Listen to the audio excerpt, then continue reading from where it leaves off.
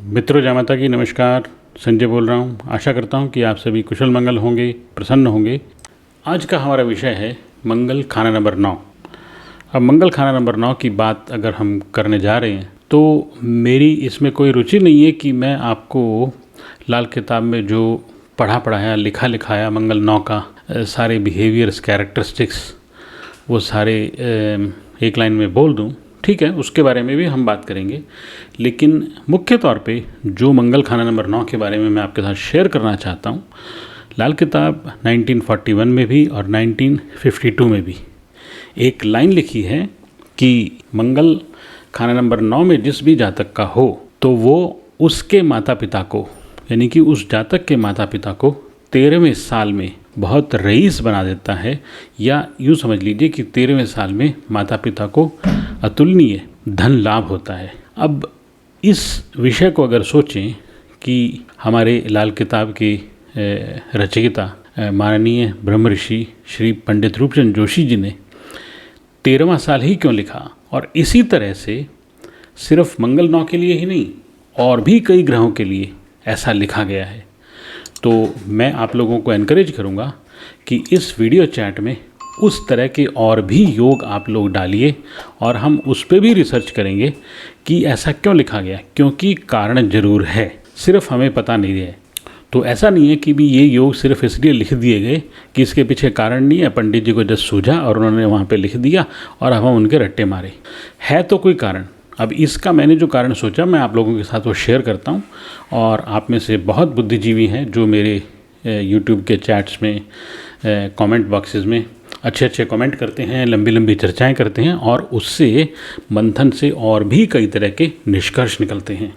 तो मेरे को जो पता है मैं वो आपके साथ शेयर कर रहा हूँ। मंगल खाना नंबर 9 का क्या लॉजिक है, ऐसा क्यों कहा गया कि 13वें साल में माता पिता को बहुत धन लाभ होगा या वो माता पिता को रिच कर देगा। अब 13वां साल जो है वो मंगल नेक का वर्ष होता है, तो वो तो सभी खानों के लिए है कि सभी खानों में मंगल जहाँ भी होगा 13वें साल में नेक होता ही है रूल के हिसाब से।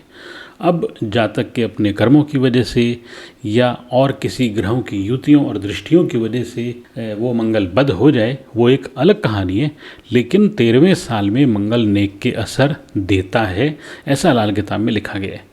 तो फिर तो ये सभी खानों के लिए वैलिड होना चाहिए, लेकिन नहीं, सिर्फ खाना नंबर 9 के मंगल के बारे में ही लिखा गया कि वो माता पिता को अतुलनीय धन लाभ देगा। अब खाना नंबर 9 जो है वो बृहस्पति का घर है, यानी कि हमारे पूर्वजों से संबंध रखता है। तो ठीक है, वहाँ से ये तो समझ में आता है कि भाई पूर्वजों को, माता पिता को, उनको कुछ ना कुछ अच्छा होगा अगर उनके घर में मंगल 9 का जातक पैदा हो जाए। लेकिन ये 13वां साल कहाँ से आया, इसके पीछे की क्या कहानी है, आइए हम उसका मंथन करते हैं। और जो मुझे पता है, जो मैंने ढूंढा, वो आप लोगों के साथ मैं शेयर करता हूँ, और फिर आप लोग बताइएगा कि उसमें क्या त्रुटि है, कहाँ ठीक किया जा सकता है, या मैंने कुछ और मिस कर दिया हो जो कि आप लोगों को पता हो। तो ये एक चर्चा परिचर्चा का यूट्यूब चैनल है, इसमें वन वे ट्रैफिक नहीं है। आप सभी देखते हो कि मेरे कमेंट बॉक्सेस में बहुत लंबी लंबी चर्चा होती है मुझे, मेरे विद्वान लोगों के साथ, और उससे बहुत कुछ मुझे भी सीखने को मिलता है और आप लोगों को भी सीखने को मिलता है। और आप में से कई महानुभाव हैं जो कि उन चर्चाओं में भाग भी लेते हैं, तो मैं आप सबको एनकरेज करूँगा कि उनमें भाग जरूर लीजिएगा। तो 13वां साल कहाँ से आया? 13वें साल को मैंने जब देखना शुरू किया तो मैंने ध्यान से देखा इसको वर्षफल और अपने 36 साला चक्र के साथ कनेक्ट करने की कोशिश की। अब मैं आपको 36 साला चक्र का चार्ट दिखाता हूँ। ये है मित्रों 36 साला चक्र का चार्ट। अब 36 साला चक्र में ये कहा गया है कि भाई जो हमारी उंगलियों की पोरियाँ हैं, यानी कि तो हमारी उंगलियों की पोरियों पे जो 13वां साल है, यानी कि 13 से 15 यहाँ आता है खाना नंबर 11 में। तो अगर हम बात करें हमारी उंगलियों की पोरियों पे, तो जो 13 से 15 ये साल आता है खाना नंबर 11 में, यानी कि 11वें भाव एक्टिव होगा उस जातक का 36 साला चक्र के हिसाब से। 13वें साल में 11वां भाव एक्टिव हो जाएगा। तो इसका क्या मतलब हुआ? 11वां भाव क्या होता है? हमारे लाभ का भाव होता है। 11वां भाव हमारे लाभ का भाव होता है। तो यानी कि 9वें भाव का प्लैनेट अब लाभ भाव में एक्टिव है 36 साला चक्र के हिसाब से 13वें साल में। अब हम देखते हैं वर्षफल के हिसाब से कि वर्षफल में क्या कहानी है 9वें भाव के प्लैनेट को लेके। तो ये हमारा वर्षफल चार्ट है। इसमें लेफ़्ट साइड में हमारी उम्र के वर्ष दिए गए हैं और ऊपर हमारे खाने दिए गए हैं, यानी कि 1 से 12 तक भाव हैं और लेफ़्ट साइड में उम्र के आयु दी गई है। तो इसमें अगर हम देखें तो 13वां साल यहाँ पे आता है और 13वें साल में खाना नंबर 9 का प्लैनेट, यानी कि 9 कहाँ लिखा है, 9 कहाँ लिखा है, 11 के नीचे।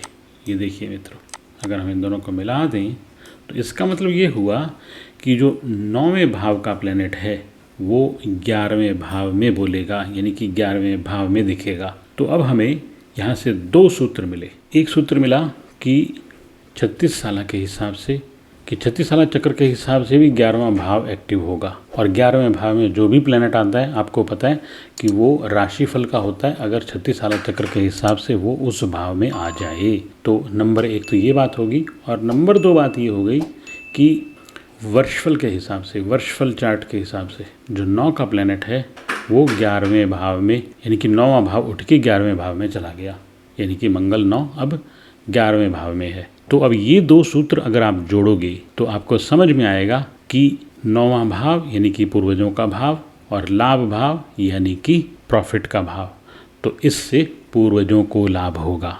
ये सूत्र यहाँ से समझ में आता है कि ये वर्षफल और 36 साला चक्र के साथ जुड़ा हुआ है। इसी प्रकार से आप और कई उदाहरण देख सकते हो लाल किताब में। आप उदाहरण लोगे तो जैसे आप अगर बृहस्पति 7 में देखोगे तो वहाँ पे लिखा हुआ है कि उम्र के 45 साल हो तो उस जातक को लड़का होगा। अब ये भी विचारणीय तथ्य है और आप ये समझ लीजिए कि आपके लिए होमवर्क है और हम इसको मेरी वीडियो के चैट में डिस्कस करेंगे अगर आप में से कोई इसका जवाब देना चाहे तो, कि बृहस्पति 7 में ये क्यों लिखा हुआ है कि उम्र के 45 साल में लड़का होगा। चंद्रमा 6 में ऐसा क्यों लिखा है कि 23वें साल या 60वें साल में अगर जातक कुएँ खुदवाएगा तो उसको बहुत हानि होगी, धन हानि होगी, सेहत को नुकसान होगा। ऐसा क्यों लिखा है? इसी प्रकार से मित्रों ऐसे बहुत से सूत्र हैं लाल किताब में जो वर्षों के साथ लिखे हुए हैं। वो कहीं ना कहीं आपके 35 साला चक्र, 36 साला चक्र या और कई फार्मूलाज हैं लाल किताब के जिनको लेके उनका फलित निकाला जा सकता है। तो इसलिए आपने बहुत लोग सुने होंगे लाल किताब की जो प्रैक्टिस करते हुए उनको 20-20 साल हो गए, वो बोलेंगे कि नहीं हम तो 36 साला चक्र कभी यूज़ ही नहीं करते, हमने तो आज तक कभी 35 साला यूज़ ही नहीं किया। लेकिन अगर आप इन सभी टूल्स को जो लाल किताब में दिए गए हैं अगर आप इनका उपयोग करेंगे तो आप मान के चलिए कि आपका जो प्रेडिक्टिव एस्ट्रोलॉजी है, जो आपके फलित की कैपेबिलिटीज़ हैं, उनमें बहुत बढ़िया और क्वालिटेटिव सुधार आपको नज़र आएगा। तो इसलिए मैं आपको ज़रूर एनकरेज करूँगा कि आप इन टूल्स को ज़रूर कीजिएगा। अब ये तो आपने सुना ही होगा मित्रों कि बाकी मंगल 9 की जो भी कुछ गुण, जो भी कुछ कैरेक्टरिस्टिक्स लाल किताब में लिखे हुए हैं कि अगर मंगल 9 का जातक आध्यात्मिक स्वभाव का होगा यानी कि धार्मिक होगा तो उसके लिए उस कुंडली में सभी ग्रह बहुत शुभ असर देना शुरू कर देते हैं, क्योंकि 9वें ग्रह के मंगल की जो जड़ है वो बृहस्पति होती है और बृहस्पति अध्यात्म का कारक है। तो ऐसे जातक को आध्यात्मिक होना ही पड़ेगा।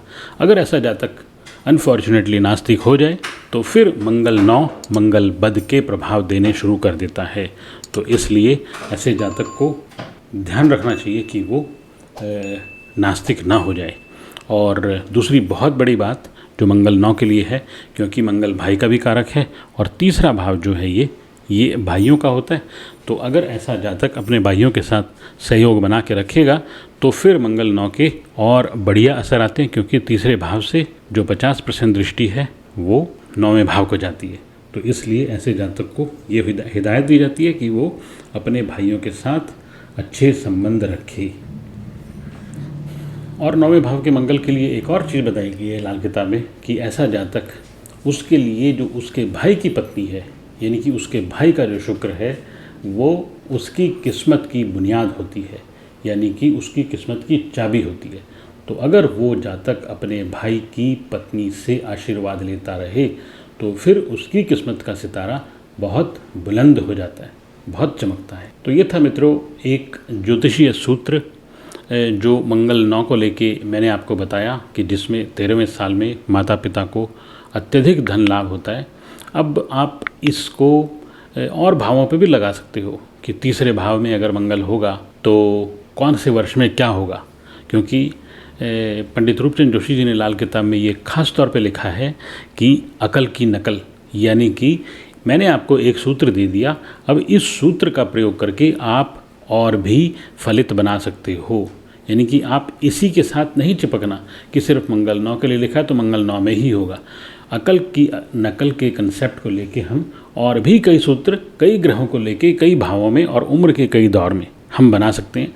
तो मैं आप सभी को एनकरेज करूंगा, आप सभी को प्रोत्साहित करूंगा कि आप मेरे वीडियो के चैट रूम में इस तरह के और सूत्रों को भी लिखिए और फिर उस पर हम और वीडियो बना के और विस्तार से चर्चा करेंगे, ताकि लाल किताब को सही और सरल ढंग से सीखने की विधि आप सभी लोग सीखें, मैं भी सीखूं, और जो हम सबको आता है वो सब के साथ हम शेयर करें। तो इसी आशा के साथ मैं इस वीडियो को, अपनी वाणी को यहीं विराम देता हूं।